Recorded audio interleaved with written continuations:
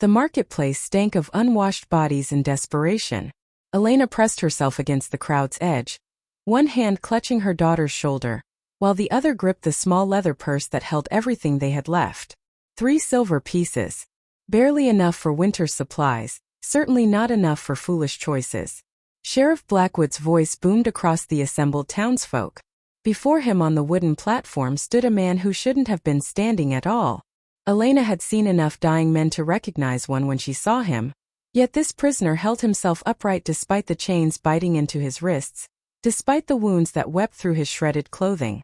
A northern savage, Blackwood announced with theatrical disgust, caught raiding the king's grain stores. His clan had 3 days to pay his ransom. He paused, savoring the crowd's anticipation. 3 days have passed. No gold has arrived. Who'll take him off my hands? 6 silver for the brute, or he works until the debt's paid.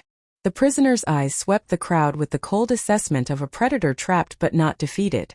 When his gaze found Elena's, something passed between them. Recognition of a sort she couldn't name. His eyes were the color of a winter storm, pale gray that seemed to see straight through her. 5 silver then, Blackwood called when silence met his offer. Look at the size of him. Strong as an ox, even half dead. Aye, and twice as likely to murder us all, someone shouted back. The crowd roared with laughter. Elena couldn't look away.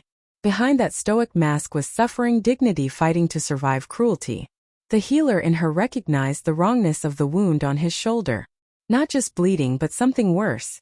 The flesh around it had turned silver black, veins of corruption spreading like frost across his skin. He's dying standing up, she realized. Dying with his spine straight and his chin high because he won't give them the satisfaction of seeing him break. A rock sailed through the air, striking his wounded shoulder. This time he flinched. The crowd cheered at drawing blood, at forcing weakness from strength. Elena's hands became fists. For silver, Blackwood dropped the price again. 3. Surely someone wants a bargain. 2 silver. Elena's voice cut through the jeering like a blade through silk. The marketplace went silent. Every head turned. Elena felt their stares like physical weight, felt her daughter's hand tighten on hers in surprise rather than fear. Elena, Blackwood said, and she heard the fury beneath his careful tone. He'd wanted to be rid of the prisoner, yes, but not to his dead brother's widow. Not when he considered her coin his by right. You can't be serious. 2 silver is all I have, Elena said, pushing through the crowd. The coins felt heavy in her palm, the weight of their entire winter compressed into metal circles. You said final offer. The prisoner watched her approach with something like wonder dawning in those storm-gray eyes. I forbid it, Blackwood snarled. You forbid nothing. Elena mounted the platform steps. I claim him according to law. For a heartbeat Blackwood looked ready to refuse, consequences be damned. But witnesses surrounded them, and even a corrupt sheriff had to maintain appearances. He snatched the coins from her hand hard enough to bruise. When he kills you in your bed, don't expect my sympathy, Blackwood said through gritted teeth. Elena turned to face the prisoner. Up close, the extent of his injuries stole her breath. Not just the strange wound but cuts and bruises that spoke of torture. Yet he held himself like royalty in rags. Can you walk? She asked. His brow furrowed. Then he spoke words that flowed like water over stones, completely incomprehensible. Gaelic. Highland Gaelic. Elena's blood went cold.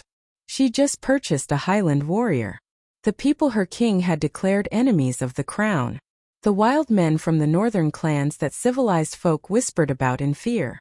Highland filth, someone spat, confirming her realization. Should have left him to rot. Every eye in the marketplace bored into Elena. Judging, condemning. She'd defended him without knowing what he was, and now there was no taking it back. He's a man, Elena said sharply, loud enough to carry. A wounded man who needs healing. Not your hatred. Blackwood roughly unlocked the shackles. A Highland beast is your problem now, Elena. Don't come crying when you realize your mistake. Elena ignored him, offering her arm to support the prisoner. He was massive. She barely reached his collarbone. But he accepted her help with quiet dignity, murmuring something in Gaelic that might have been gratitude. Come, Elena said. hoping her tone would convey safety even if he couldn't understand her words. Let's get you somewhere safe. The walk from marketplace to cottage should have taken 10 minutes. It stretched into eternity. With each labored step, the Highland prisoner leaned more heavily on Elena's arm, his breathing growing harsh and uneven. "Mama," Sophie chirped, practically dancing beside them. "Ask him if Highlanders really fight bears with their bare hands. Tommy Brewster says they do." "Sophie," Elena said sharply, "don't speak to him." Her daughter's face fell. "But why not? He's living with us now, isn't he?" Living with them? Saints above, what had she been thinking? Where would he even sleep? How would she explain this to the neighbors? "He's not living with us," Elena said. "He's coming so I can treat his wounds. Nothing more." The prisoner made a sound, something between a grunt and words. Sophie moved closer immediately, studying his face with fearless curiosity. "You're very tall," Sophie informed him solemnly. "Do all Highland men grow so big? Or are you special?" The prisoner's gaze shifted to Sophie, and his harsh expression softened. He spoke again, voice gentler. "Sophie, I said don't," Elena repeated, but her daughter was already lost in fascination. They reached the cottage at the settlement's edge, close enough to be part of the community but far enough that Elena's herb garden and occasional strange visitors wouldn't cause too much gossip. Though there will be gossip aplenty after today, she thought grimly. The prisoner had grown steadily heavier against her side, and Elena could hear the wet rasp of his breathing.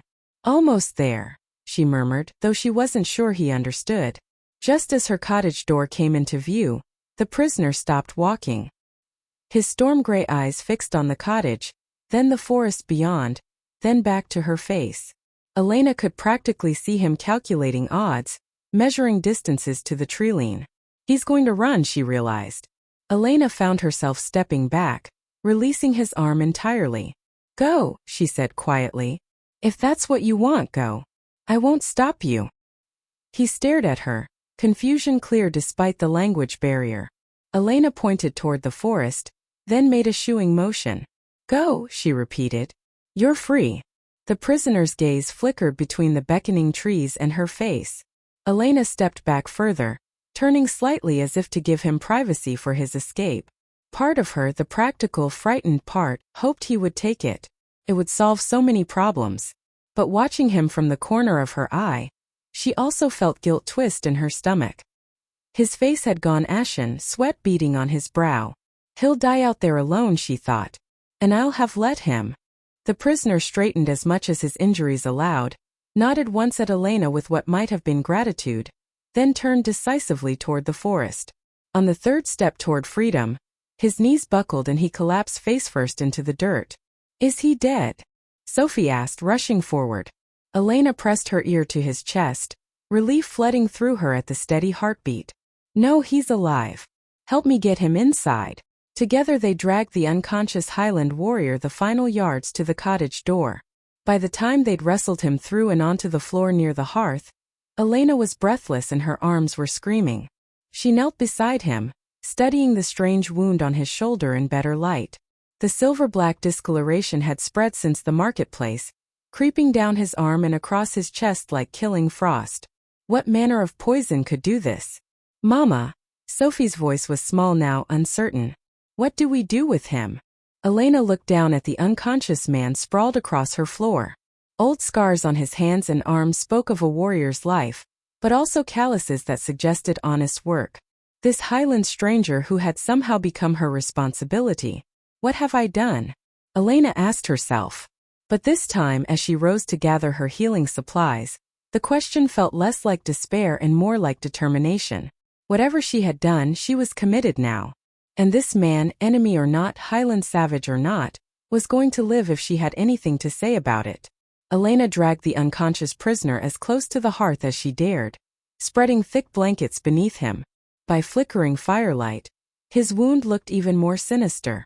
She knelt with her herb basket, crushing willow bark between her palms and breathing in the bitter scent. "Start with what you know," she told herself. "Treat the fever first, then the pain, then figure out the rest." "Sophie, I need elderflower from the garden," she said without looking up. "And check if there's any birch bark near the old stump." Mama, Sophie's voice was small. Maybe you should just. Don't say it, Elena interrupted. You don't know what I was going to say. Elena finally looked up at her daughter's face. I know exactly what you were going to say, Sophia, and you know what my answer would be. Remember our rules. Sophie's shoulders sagged. We don't talk about it. We pretend it doesn't exist. Yes, Elena agreed, the word barely a whisper. She turned back to her herbs, grinding them with unnecessary force. Some knowledge was too dangerous to acknowledge, even between mother and daughter. Especially between mother and daughter. Hours passed in careful methodical work.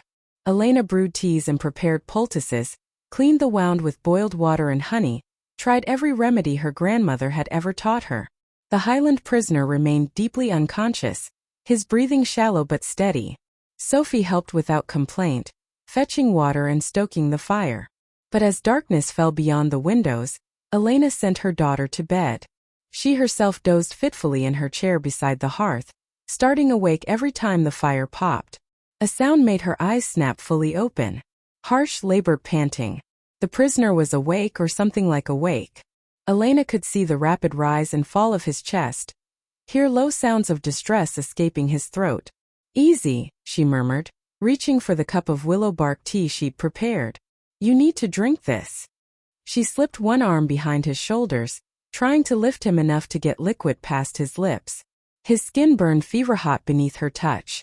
Please, she whispered, tilting the cup toward his mouth. Let me help you. His eyes snapped open. Elena gasped, nearly dropping the cup. Because where storm gray had been before, now blazed molten gold. Something fierce and wild and utterly inhuman. What? How are your eyes? Before she could finish, his hand shot up to cup her cheek, stunning her into silence.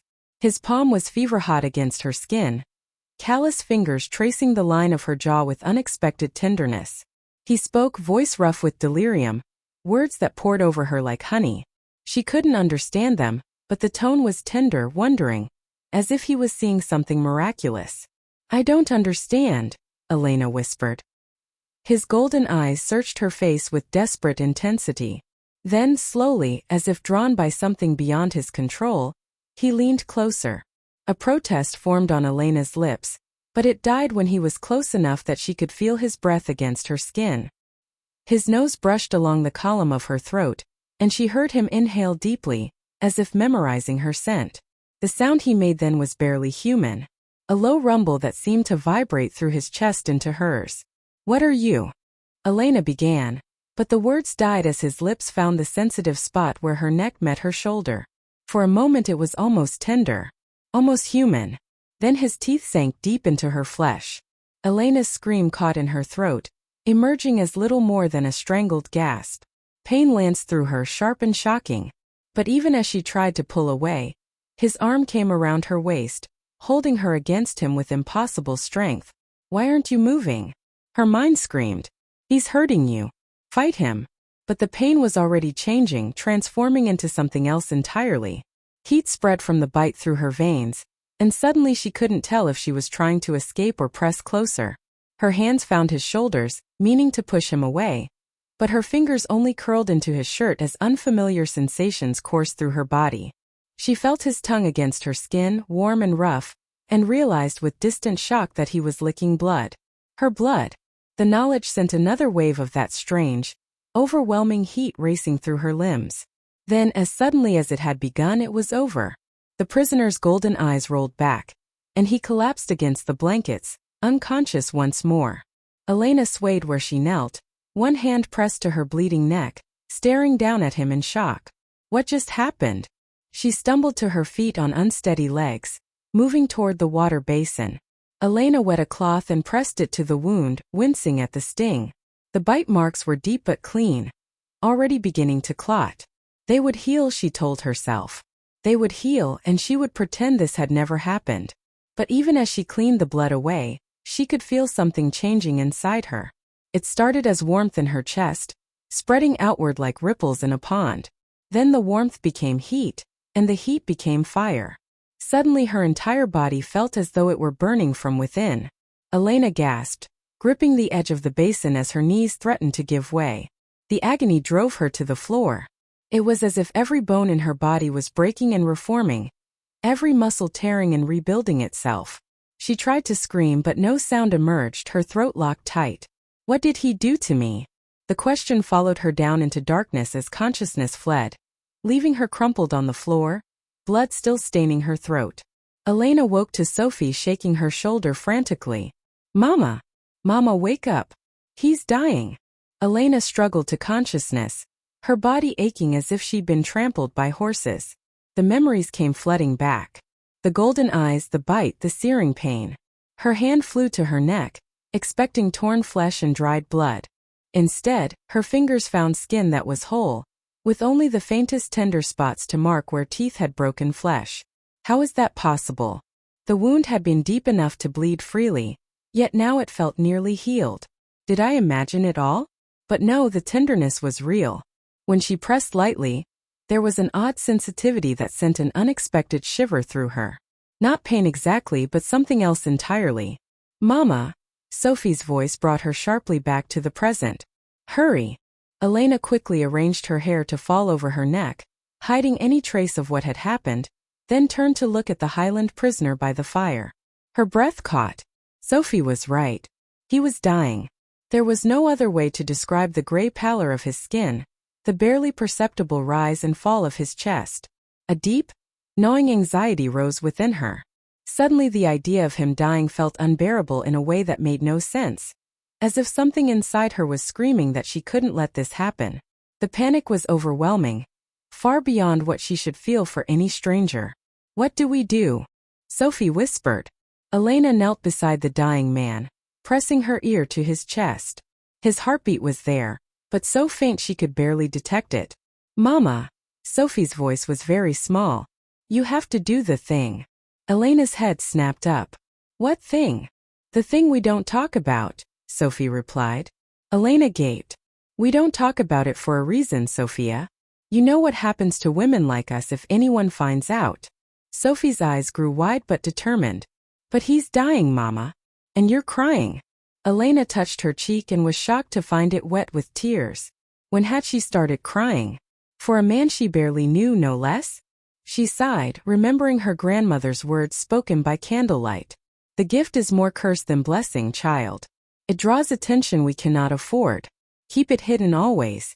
Exposure meant death. Not just for herself but for Sophie. But looking down at the man whose breathing grew shallower with each passing moment, Elena realized she had already made her choice. Check the door, she said. Make sure it's barred. Close the shutters completely. Elena knelt beside the Highland prisoner and placed her hands over his wounded shoulder. She closed her eyes and reached deep within herself, to the place she had kept locked away since childhood. The warmth started in her chest, just as it always had. A gentle heat that spread down her arms and into her palms. When she opened her eyes, soft light emanated from her hands, golden and pure. But the moment her magic touched his wound, Elena gasped in shock. There was something else there. Something dark and malevolent that seemed to rear away from her healing light. The poison wasn't natural.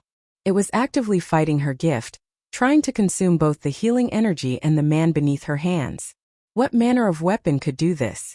But beneath the darkness, she sensed something else entirely. Power.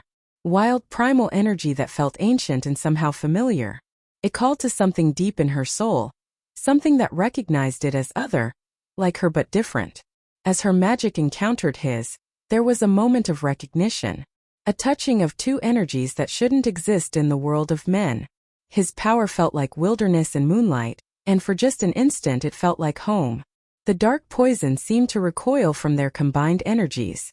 Elena watched in fascination as the silver-black veins began to fade, retreating back toward the original wound. You did it, Mama. Sophie threw her arms around Elena's waist. You saved him. Elena stared down at her hands, still glowing faintly with residual power. Never again, she whispered, pulling Sophie close. Do you understand me? I can never use this gift again. It's too dangerous. If anyone ever found out. I know, Mama, Sophie said softly. I won't tell anyone. I promise. Elena was about to respond when a low groan drew her attention back to the Highland prisoner. His eyes fluttered open, clear gray now, no trace of the unsettling gold, and fixed on her face with confusion. He struggled to sit up, wincing as the movement pulled at his healing shoulder. His gaze moved from Elena to Sophie, then around the unfamiliar cottage, his brow furrowing deeply. When he spoke, it was in rapid Gaelic, his tone questioning and wary. Elena caught the cadence of someone asking where and what, but the rest was lost to her. "Easy," Elena said softly. "You're safe. You were badly wounded." But the moment her hand touched his arm, his eyes snapped to her face with startling intensity. For a heartbeat, something flickered there. Recognition? Wonder. Then it was gone, replaced by weariness. What had she done? She had exposed them both, risked everything her family had worked to hide for generations. And for what? A Highland stranger who would probably run back to his clan the moment he could walk. By evening, the Highlander had regained some strength. He sat propped against the hearth wall, no longer gray with fever but watchful. Elena found herself stealing glances at him. The way firelight played across his sharp features, how his gray eyes tracked her movements around the cottage. The weariness of the morning had been replaced by puzzled fascination as he looked at her, and Elena's cheeks warmed under his scrutiny. Worse, she nearly dropped the bowl of stew when their fingers brushed as she handed it to him. Her stomach fluttered at the touch, and she wondered if he'd felt it too. That jolt of awareness she couldn't explain. He said something quietly, his voice a low rumble. "You're welcome," Elena replied, though she wasn't certain thank you was what he'd said. They tried to communicate through gestures and single words. He pointed to himself and said something that sounded like, "Callum." She repeated it carefully, earning herself a devastating smile that made her pulse quicken. Then, clearing her throat, she pointed to herself. "Elena. Elena," he repeated, his accent wrapping around her name like a caress. Sophie had been unusually quiet through the afternoon, often moving to peer out the shuttered windows. Now she stood at the small gap between the wooden slats, her body tense with concentration. "Sophie, come away from there," Elena said. "Supper's ready." "I keep hearing things, Mama," Sophie said without turning around. "Rustling like something's moving in the woods." Elena frowned. "Probably just a deer." The Highland stranger had gone very still at Sophie's words. Even without understanding the language, he seemed to sense the tension. "I think," Sophie's voice dropped to a whisper, "I think I saw a wolf." "That's impossible," Elena said immediately. "They avoid settlements." Callum rose from his place, approaching the window. Standing beside Sophie, he peered out into the growing darkness. For a long moment he was completely motionless, his breathing so quiet Elena could barely hear it. Then he made a sound that froze her blood. It was low and rumbling, coming from deep in his chest. A growl. Elena and Sophie stared at him in shock, but he seemed unaware of their attention. His focus was entirely on whatever he saw or sensed beyond the glass. Elena pressed closer to the window, following his gaze. At first she saw only shadows and wind-tossed branches. Then something moved in the darkness between the trees. Something large and four-legged. Then another and another. "Saints above," Elena breathed, her hand finding Sophie's shoulder. "There are more of them." The shadowy forms were retreating, melting back into the deeper forest. Beside her, Elena felt Callum relax slightly. Then a sharp knock at the door made them all jump. "Elena!" Blackwood's voice carried barely contained anger. "Open this door." Elena's heart sank, but she had no choice. Blackwood pushed past her the moment the door opened, his eyes scanning the cottage until they fixed on Callum. "He's still alive." Blackwood's voice was barely controlled. "Elena, what did you do?" "I'm a healer," Elena said carefully. "I did what I had to. You said yourself at the auction that he was dying." Blackwood's eyes narrowed suspiciously. "Yet here he stands whole and hale. What manner of healing is this?" Elena kept her face carefully blank. "I used my herbs and my knowledge." "Don't lie to me." Blackwood stepped closer. "Don't you hear what people say about you, Elena? About the unnatural things." "All right, you've seen that he's better, so you can go now," Sophie interrupted, stepping boldly between Blackwood and her mother. His attention snapped to the girl, his expression darkening. "This child needs proper discipline." A firm hand to teach her respect. Sophie understands respect, Elena said sharply. She's running wild, Blackwood continued, moving toward Sophie with clear intent. Let me show you what a proper father would. Callum moved like lightning, flowing to his feet and placing himself directly between Blackwood and Sophie. He said nothing, but the look in his eyes was unmistakable. Blackwood's hand moved instinctively to his belt knife. Callum's response was to bare his teeth. You dare threaten an officer of the king's law, Blackwood seethed. Blackwood drew his blade, but Callum's hand shot out faster than thought, and suddenly Blackwood was disarmed and backing toward the door with his own knife at his throat. Enough! Elena stepped between them. Let him go. He'll be gone by morning. I give you my word. For a long moment the two men stared at each other with barely contained violence. Then Callum stepped back, tossing the knife to clatter on the floor at Blackwood's feet. See that he is gone, Blackwood said, his voice shaking with rage.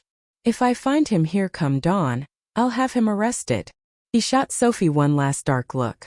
And we'll discuss this child's need for proper guidance very soon. The door slammed behind him with enough force to rattle the walls. You have to leave now, Elena said to Callum, her heart still racing. He nodded, understanding clear in his eyes despite the language barrier. He gathered his few possessions and followed her to the door. Sophie, stay inside, Elena instructed.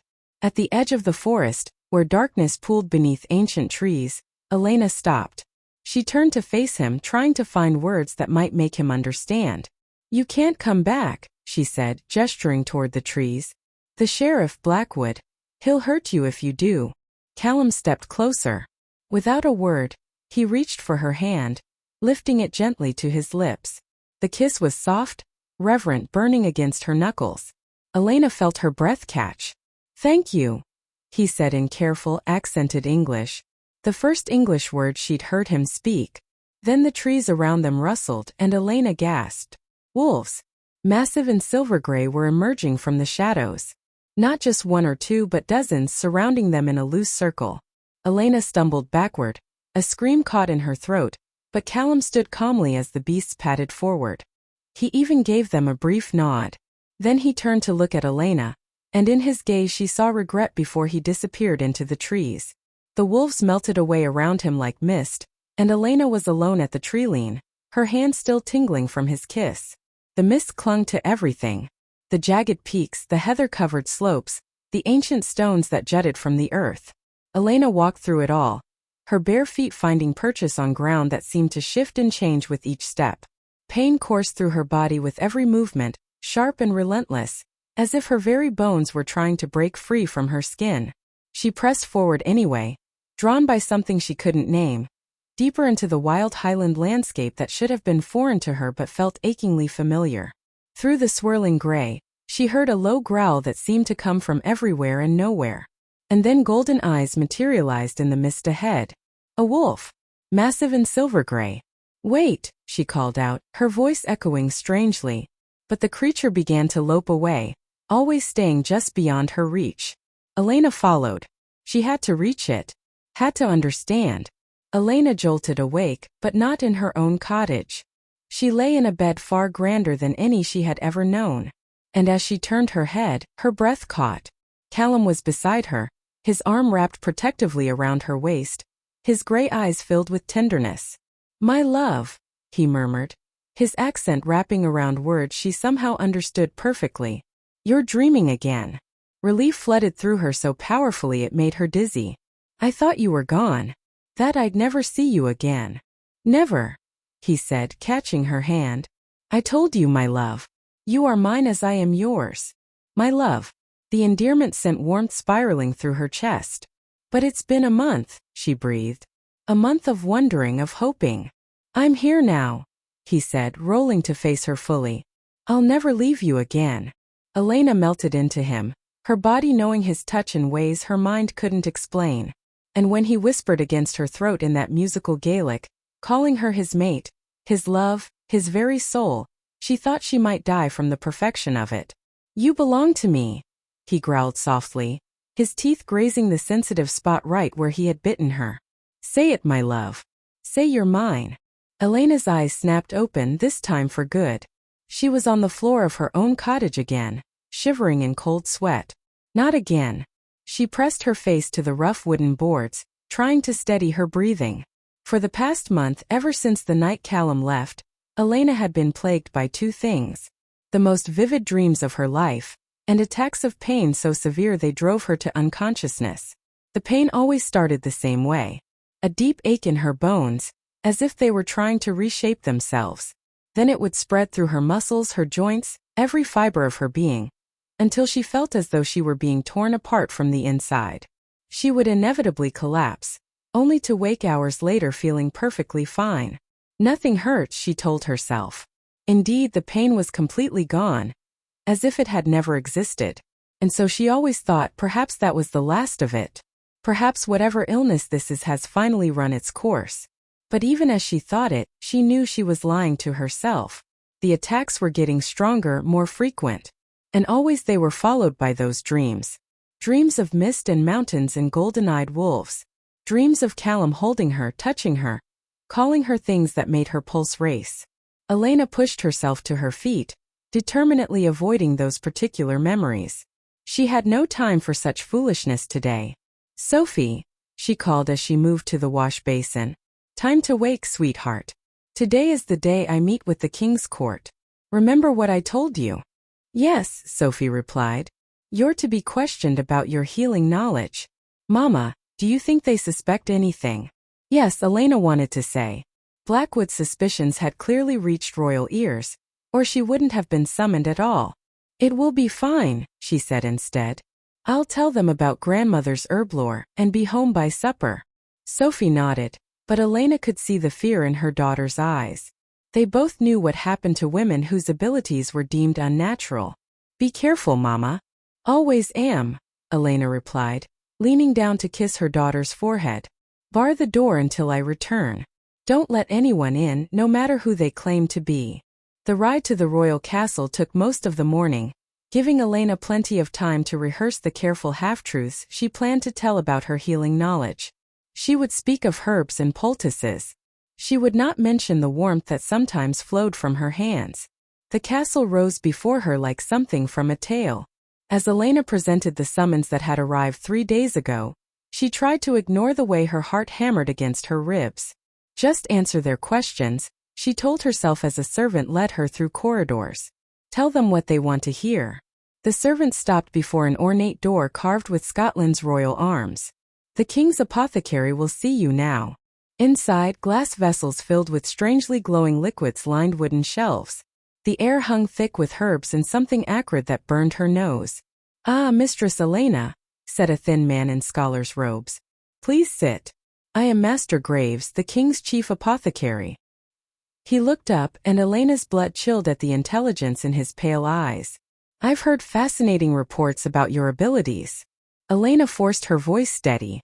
"I know something of herb lore, passed down from my grandmother." "Herb lore?" Master Graves smiled coldly. "Yes, that's what they all say, isn't it?" "I wouldn't know," she said carefully. "Come now," his tone sharpened. "Surely you're aware of what they call you. The witch woman who speaks to plants." Elena's heart hammered. "People talk. Most of it is nonsense."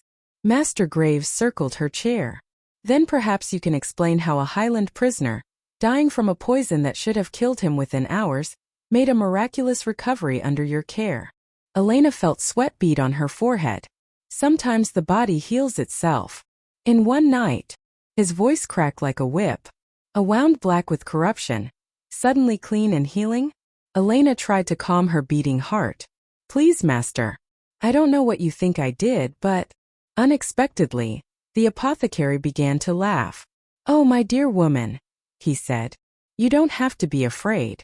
There's something I need to show you." He uncovered a table at the far end of the room. A Highland warrior lay there, his skin bearing the same silver-black corruption she had seen on Callum. For one horrible moment Elena thought it was him. Then she saw the face and felt relief so intense it made her dizzy. "Beautiful work, isn't it?" Master Graves stroked the corpse's arm. "Concentrated wolfsbane extract with certain alchemical enhancements. It killed that beast in hours." Elena stepped back. How can you speak of a human being this way? A human being? Master Graves looked puzzled. He wasn't a man. He was a beast. A wolf demon who refuses civilization. The king has decided if they won't bend the knee willingly, they'll be eradicated. Perfected formula, it will not be a problem. You're talking about genocide, Elena protested, wondering what he meant by wolf demon. I'm talking about pest control, the apothecary said. Which brings me to why you're here. You found an antidote to my poison. I need to know how. Elena frowned. I don't understand. The Highland prisoner you healed had been infected with this exact formula. Yet he lived. Master Graves' eyes glittered. If I know how to counteract my own poison, I can make it even more effective. I won't help you murder people, Elena said, backing away. Oh, but you will. Master Graves' smile turned predatory. You see, I already know you use something beyond normal herbs. Something that leaves no physical trace but works nonetheless. The king is very interested in such talents. Elena's hand found the door handle behind her. Then I need supplies from the forest, she bluffed. Specific plants that don't grow in gardens. Of course you do, Master Graves called, and 2 guards stepped into the room. These men will escort you. Gather what you need, prepare your antidote, and return immediately. The king is eager to see a demonstration. In the forest, Elena walked between the guards, her mind racing with desperation. Elena! She turned to see Blackwood emerging from behind an oak, his sheriff's badge glinting in the sunlight. Sheriff Blackwood, one guard said. Master Graves sent us to. I know what the master wants, Blackwood interrupted. He asked me to oversee this personally. You may return to the castle. But he said to bring her straight back. And you will with me. The master trusts my judgment. After a moment's hesitation, the guards departed. I know what you're hiding, Blackwood said quietly. You made no antidote to help that Highland savage. It was something else entirely. You told them about me, Elena whispered. Did you not think of Sophie? Sophie is exactly who I was thinking of. She needs proper education discipline. Elena backed against a tree. You want to help her? Then leave us alone. I can help you both, Blackwood said. The apothecary trusts me. Who do you think has been spreading his poison through the Highland territories? You've been murdering people, Elena seethed. I've been serving the crown's interests. And I can protect you from the consequences of your gifts, if you'll let me. Elena's brows furrowed. How? Blackwood smirked. Marry me. Our lands united, your reputation protected by my position. Sophie would have a proper father, and you would have my protection. Never, Elena spat. You will. Blackwood grabbed her arm. You will be my wife and you will be grateful. Who else would have a witch for a bride? Suddenly, pain hit Elena like lightning. Her bones began to snap and reform, the agony overwhelming. Blackwood released her in shock as she collapsed. What is happening? He stumbled back. A growl rose from the forest. Wolves emerged from the undergrowth, dozens of them, led by a massive silver-gray wolf with amber eyes. Sweet Mary, Blackwood whispered, reaching for his sword. The pack attacked with precision. Through her agony, Elena saw the silver-gray wolf approaching, its golden eyes fixed on her with concern. The wolf from my dreams, she thought as darkness claimed her. The last thing she saw was the wolf's form beginning to shimmer and change. Man and beast blurring together in the shadows of the Highland forest.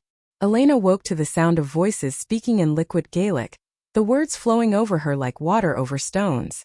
Her eyelids felt heavy as lead, but she forced them open to find herself staring at unfamiliar stone walls. This wasn't her cottage. Panic shot through her as memories flooded back. Blackwood's attack, the wolves, the agony of her bones breaking and reshaping. She tried to sit up, gasping as pain lanced through her left arm. Easy, lass. A woman's voice, speaking accented Scots. You've been through quite an ordeal. Elena turned her head to see an elderly Highland woman sitting beside the bed, her weathered hands busy with some sort of herbal preparation. Where am I? Castle MacLeod, the woman replied. I'm Fiona, the clan's healer. Elena's mind reeled. A Highland castle. Why bring me here? The chief ordered it, Fiona said simply. You've been unconscious for 2 days. The chief. Elena tried to process this information. Why would a Highland chief care about wait 2 days? Elena interrupted herself as the full implications hit her. I have to go home. My daughter Sophie is alone. She'll be terrified. Your wee one is here, Fiona said quickly. Safe and well, I promise you. Before Elena could ask more, rapid Gaelic filled the room. Another woman had entered, younger, with the bearing of nobility. She spoke urgently to Fiona, gesturing toward Elena with obvious agitation. What is she saying? Elena asked. She's asking who bit you, Fiona said carefully. Elena frowned. Who bit me? She asked, confused, until Fiona pointed to her neck. One of us did it, I can tell. And it is a crime among our kind. A crime? Elena stared at her. She wasn't sure if the woman's Scots was flawed, or if she really meant what she said. Such a bite should have killed you, Fiona insisted. Elena shook her head. A bite doesn't kill people. That kind of bite does, Fiona said grimly. Elena opened her mouth to answer, but then footsteps echoed in the corridor, and the younger woman said something sharp in Gaelic that made Fiona's face go pale. He comes, she whispered. Who comes? Elena asked. The chief.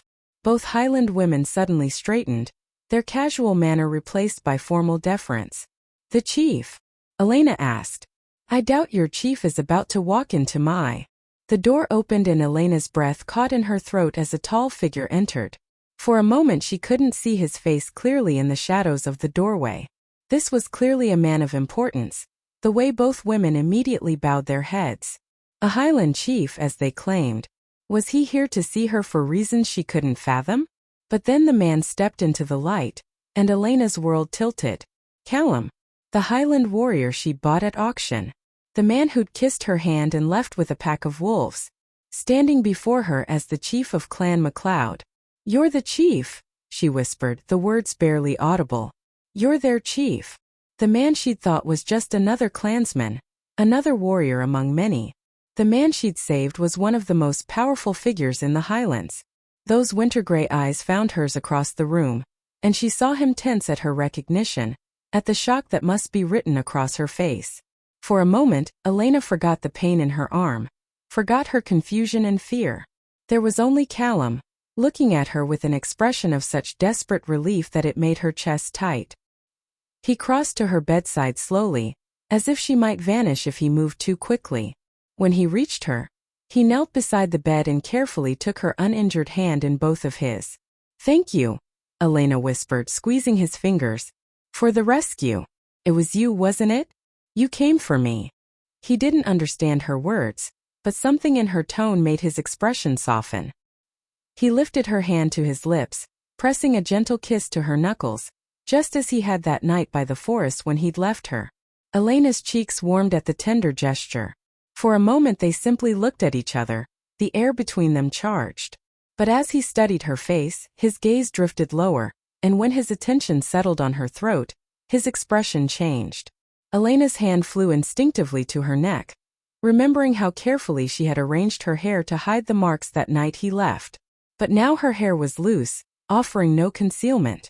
Callum went very still, his face draining of color. He spoke a single word in Gaelic, a question urgent and disbelieving.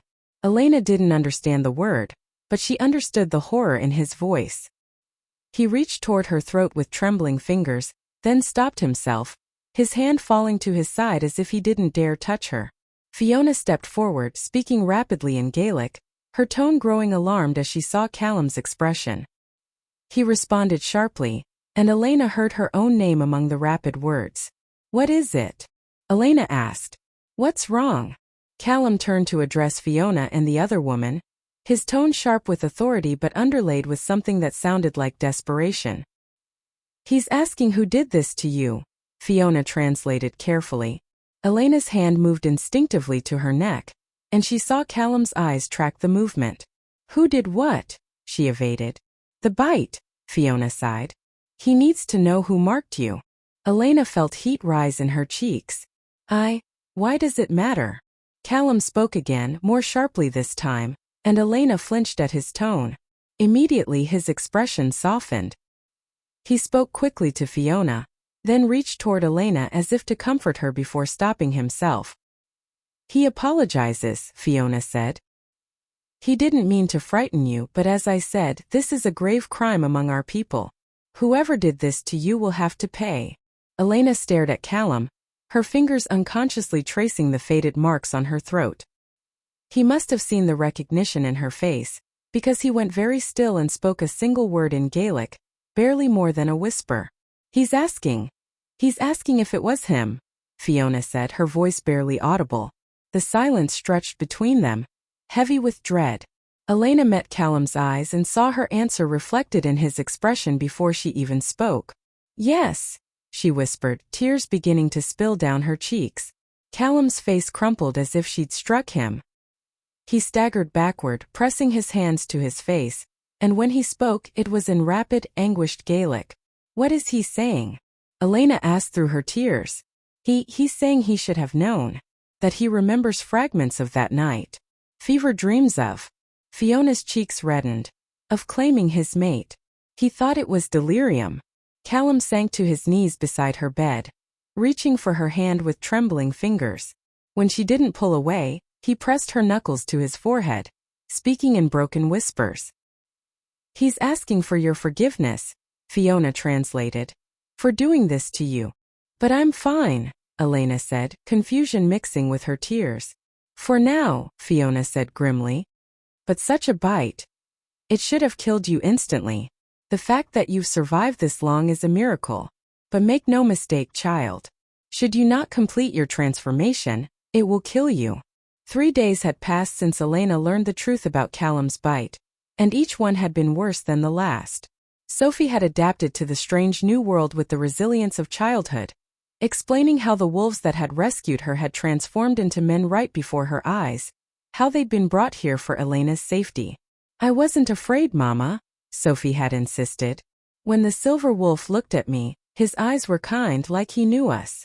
Elena found the concept harder to accept. These Highlanders could turn into wolves. The wolves she'd seen had been men. Callum was one of them. And not only that, but she couldn't even ask him about it. Not just because they didn't speak the same language, but because he was never there. In those first hours after waking, Elena had expected him to visit. After all, he had risked everything to save her from Blackwood and the king's men. Instead, he remained conspicuously absent. "Where is he?" she finally asked Fiona on the second day. "The chief has many responsibilities," she answered carefully. Elena nodded, trying to hide her disappointment. But as the hours turned to days, that disappointment curdled into something sharper. When Callum finally did appear, it was always briefly, always with others present. He would speak to Fiona in rapid Gaelic, asking questions that clearly pertained to Elena's condition, but his eyes never met hers directly. The few times he addressed her directly, it was through Fiona's translation. Formal, distant inquiries about her comfort or needs. "Does he regret saving me?" Elena despaired on the third day. The thought stung more than it should have. But what had she expected? That a Highland chief would develop feelings for a lowland widow he'd known for mere days? She felt silly. And on top of that, there was something else troubling her. Something physical that she couldn't ignore. A restlessness had begun to plague her. An ache that started in her chest and spread through her limbs. It wasn't the pain of her injuries. This was different, deeper.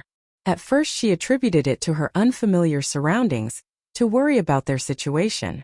But it grew stronger each day, becoming almost unbearable whenever Callum was near. Her heart would race when she heard his voice in the corridor. Her skin would flush when he entered her chamber. And when he left, she felt such emptiness that it took her breath away. "What's wrong with me?" she wondered, pressing her hands to her chest as if she could physically contain the ache. Elena found herself listening for his footsteps, memorizing the cadence of his walk, the timbre of his voice when he spoke with others. And then there were the dreams. Strange, vivid dreams where Callum came to her chamber in the night, knelt beside her bed, and spoke to her in accented English she could somehow understand. Just dreams, she told herself upon waking. Wishful thinking from a foolish woman. But the dreams felt more real than her waking hours. "What's happening to me?" she asked Fiona on the fourth morning. "I can't sleep. I can't eat. There's this need inside me that I can't explain. Elena's cheeks burned with embarrassment. It's worse when he's near. When Callum visits. Fiona sat heavily in the chair beside Elena's bed. I was wondering when this would begin. When what would begin? The bite, Fiona said quietly. It was a claiming bite, you see. It creates complications. Elena's hand flew to her neck. What kind of complications?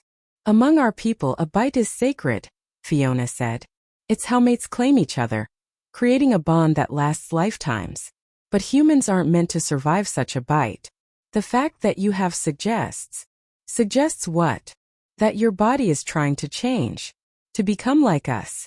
Fiona met Elena's eyes. And that ache you feel, the need for his presence. It's the incomplete bond calling to its other half. Elena stared at her. And him? Does he feel it too? Fiona hesitated. He believes he's doomed you with his mark. That your suffering is his fault. That evening Elena lay awake, staring at the ceiling, Fiona's words echoing in her mind. An incomplete bond. A change her body was fighting. Near midnight, her chamber door opened silently. Elena turned her head, expecting to see Fiona with another herbal remedy. Instead, Callum stood in the doorway. He approached her bed like a man walking to his execution, his face etched with pain. When he knelt beside her, Elena could see tears tracking down his cheeks. You came, she whispered. He spoke to her in Gaelic. Words she couldn't understand, but that sounded like a confession, an apology, a prayer. His hand shook as he reached out to touch her face. I don't know what you're saying, Elena said, but she leaned into his touch anyway, starved for even this contact. Callum's response was broken, anguished. He pressed his forehead to hers and continued speaking in his native tongue. And though she couldn't translate the words, she could hear the despair in them. When he finally left, slipping away as silently as he'd come, Elena found herself crying. The next morning, when she mentioned his visit to Fiona, the older woman looked confused. The chief didn't leave his chambers last night, Fiona said. The guards would have seen him. Elena's blood chilled. Had she dreamed it all? But she could still feel the echo of his touch on her skin, could still smell his scent lingering in her room. By the 5th day, Elena could barely leave her bed. The ache in her chest had become a constant companion. Your magic, Fiona said finally. It's fighting the change.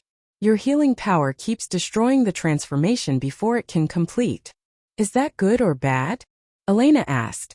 The ancient healer's response was grim. Bad. Your magic is using all your life force to fight the change. If this continues, you'll die from the effort. Then what do I do? You must choose, the healer said. Stop fighting and let the change happen. But most humans die in the transformation. Or keep fighting until your magic fails and you die anyway. Elena stared at the two women. Those are my options? Die trying to transform or die fighting it? There is a small chance, Fiona said reluctantly. Tonight is the blood moon. If you've truly made your choice, this is our best chance. Elena sat up. What does the moon have to do with it? The ancients discovered a ritual, Fiona explained, to help witches who've been bitten. Elena opened her mouth to protest. I am no witch. Only a healer. Fiona sent her a dubious look.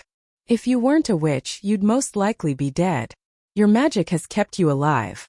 And we celebrate magic here, child. She paused as Elena let her shoulders sag. She'd never thought she'd meet people who'd celebrate the very thing she was always told to hide. The blood moon strengthens the wolf spirit, making the transition more survivable, Fiona continued. More survivable than 1 in 20? Elena asked bitterly. Fiona's face softened. Perhaps 1 in 10 with the ritual. It's your only hope. Die fighting the change or die attempting it, Elena thought. Either way, she would likely never see Sophie grow up, never learn whether the dreams of Callum's midnight visits were real or fantasy. But as the ache in Elena's chest intensified, as her breath grew shorter and her strength continued to ebb, she realized she was running out of time to make the choice at all. An hour later, she found herself in a circular chamber beneath the castle. At the center stood a weathered altar, its surface smooth from generations of use. When her daughter entered, Elena's composure nearly broke. Sophie looked so small, so vulnerable amidst the strange symbols and shadowy chamber. Mama! Her voice trembled. Are you really going to change? Elena held her close. I have to try, sweetheart. But if I don't survive, Fiona will care for you. The clan has promised to protect you. When the door opened again, Elena expected Fiona. Instead, Callum stood in the doorway, his tall figure silhouetted against the torchlight. Elena's heart leapt, then plummeted as he entered with formal stiffness. He nodded to her but kept his distance, speaking briefly to the ancient healer in Gaelic. Elena fought down bitter disappointment. She had foolishly hoped he might offer comfort, perhaps even hold her hand through what could be her final moments. Instead, he stood rigid and watchful, present only because duty demanded it. The ancient healer approached with the ceremonial blade. Your blood freely given, Fiona translated, to embrace the wolf within. Elena extended her palms. The blade bit into her flesh, her blood flowing into a stone bowl. Now drink, Fiona said. Elena hesitated, her eyes darting to Callum. For the first time since entering, he looked directly at her, and the raw emotion in his gaze nearly undid her. Fear, guilt, and something deeper. Something that looked terrifyingly like goodbye. He thinks I won't survive this, she realized. He's already mourning me. With that knowledge burning in her chest, Elena drank. The liquid burned like fire down her throat, spreading through her veins like molten metal. Then the pain hit. Not the gradual ache of her previous attacks, but immediate, overwhelming agony that tore a scream from her throat. Her back arched off the altar as her bones began to break and reshape. Through the haze of torment, she heard voices shouting in alarm. But Elena's consciousness began to slip away, her life force draining with each tortured breath. She could feel herself dying, her magic and the transformation tearing her apart from within. Hold my hand, she wanted to beg Callum. Please just hold my hand. As if hearing her thoughts, he pushed past the others to kneel beside her. His anguished face swam before her fading vision, his lips forming words she couldn't understand. She reached for him, desperate for one last touch, but her body would no longer obey her commands. Her consciousness slipped away. Elena stood in a misty glen that felt familiar, though she'd never been there. Callum, she called. He was walking ahead, away from her, toward a precipice that dropped into nothingness. She ran after him, catching his arm just as he reached the edge. My love, he breathed, turning to face her with wonder in his eyes. In dreams we can speak truly, though I do not deserve the honor of your words. What are you saying? Elena asked, stunned. His face crumpled with anguish. I've claimed you in madness when I was fevered, my beloved. I couldn't resist the call of our bond, and now I've destroyed you. Our bond, Elena whispered, the word carrying weight she was only beginning to understand. So Fiona was right. They really did share a bond.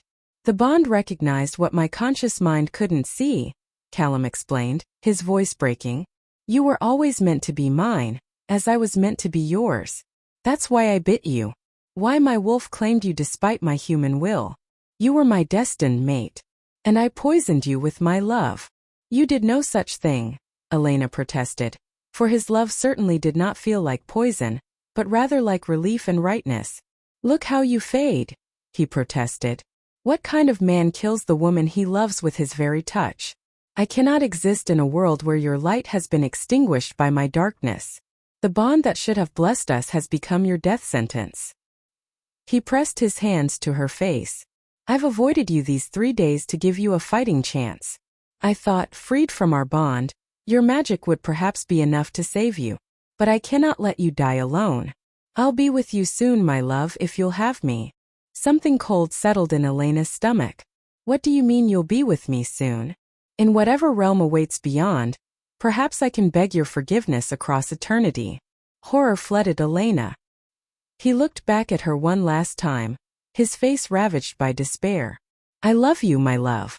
I'll never leave you again. And then, before Elena could stop it, he stepped backward into the void. Elena's eyes snapped open to gasps and exclamations. She was surrounded by tear-streaked faces.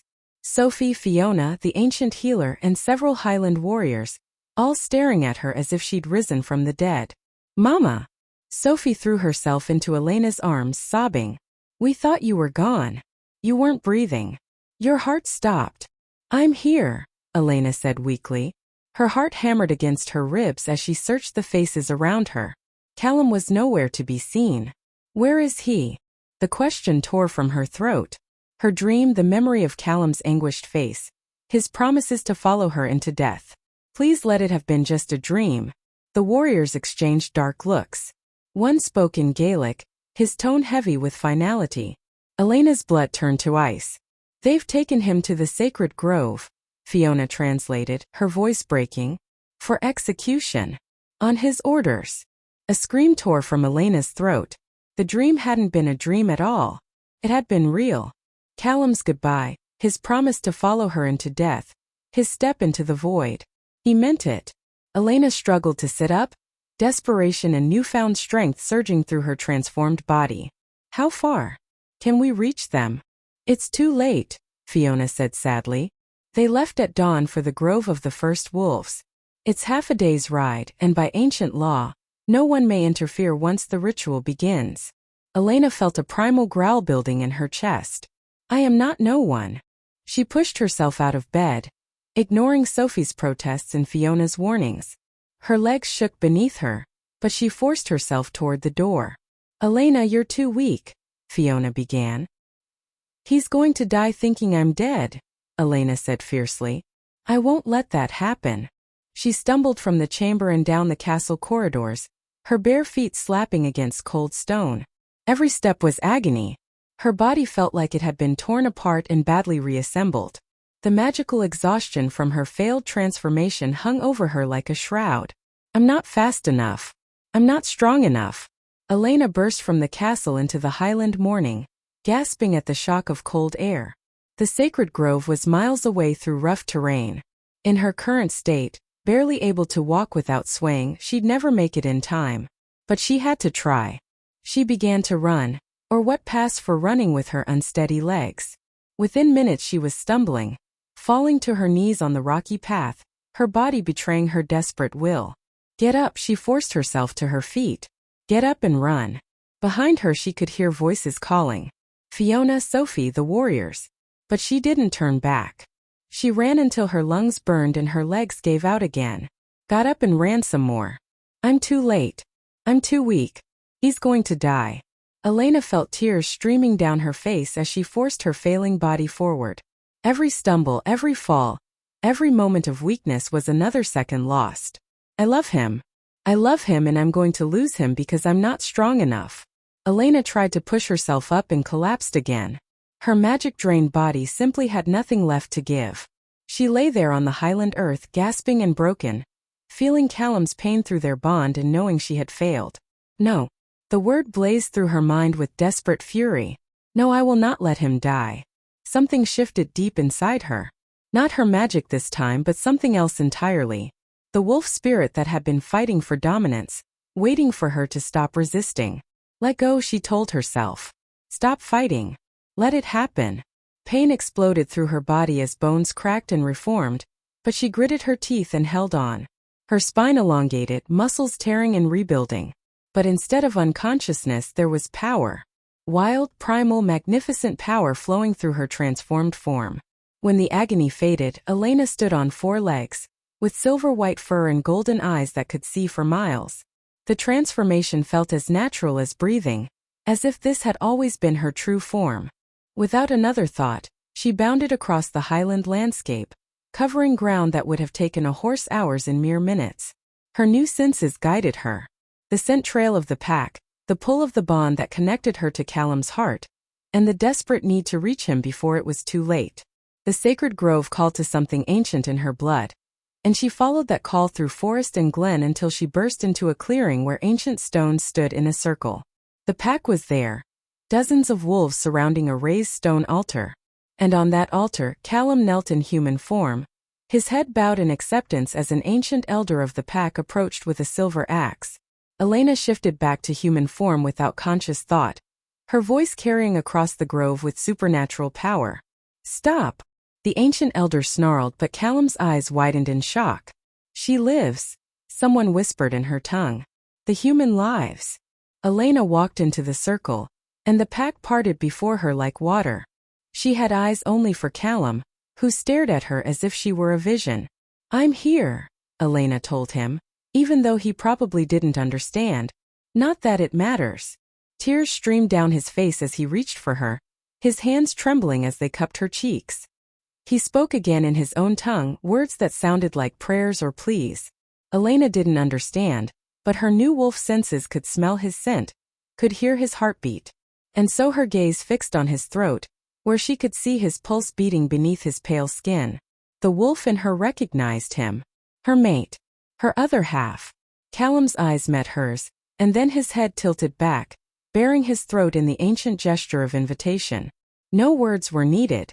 This was older than language, deeper than human understanding. Wolf calling to wolf, mate to mate. Elena moved on pure instinct, breathing in his scent. She could smell his fear, his love, his desperate hope. All of it mixing into something that made her wolf spirit sing with recognition. When her teeth found the spot where his neck met his shoulder, it wasn't gentle or hesitant. She bit down with supernatural strength, tasting copper and magic and the wild essence that made him hers. Callum's body arched beneath her, a sound escaping him that was half human groan, half wolf howl. The moment her teeth pierced his skin, the world exploded into sensations so intense it bordered on violence. Their minds crashed together. Not the gentle touching of souls she'd imagined, but a collision of two fierce spirits recognizing their other half. His emotions flooded through her. Relief so profound it was painful. Love so desperate it burned. And beneath it all, the wild joy of a wolf finally reunited with his mate. "Mine," her consciousness snarled possessively as his life force poured into her. "Yours," came his fierce response, carrying with it 1,000 unspoken promises. "The bond is complete," the ancient elder said in wonder. "She lives." The first human to survive the claiming in centuries. Elena looked into Callum's eyes and saw her own fierce joy reflected there. They were no longer two separate beings. They were mated wolves, bound by magic older than civilization. The pack around them cheered in celebration of a miracle. Their alpha had found his true mate, and she had proven strong enough to survive the claiming. In that moment, surrounded by the wild music of her new family, Elena understood she had found where she truly belonged. Not in the civilized world that had feared her gifts, but here in the ancient places where magic ran free and love could transcend the boundaries between human and wolf. She was home at last. Thank you so much for listening. I hope you enjoyed the story. A big thank you to everyone who's following. Your support truly means the world to me. Want more stories like this? Don't forget to hit that subscribe button and ring the notification bell so you never miss our latest uploads. Drop a comment below telling us what you thought of Elena and Callum's journey.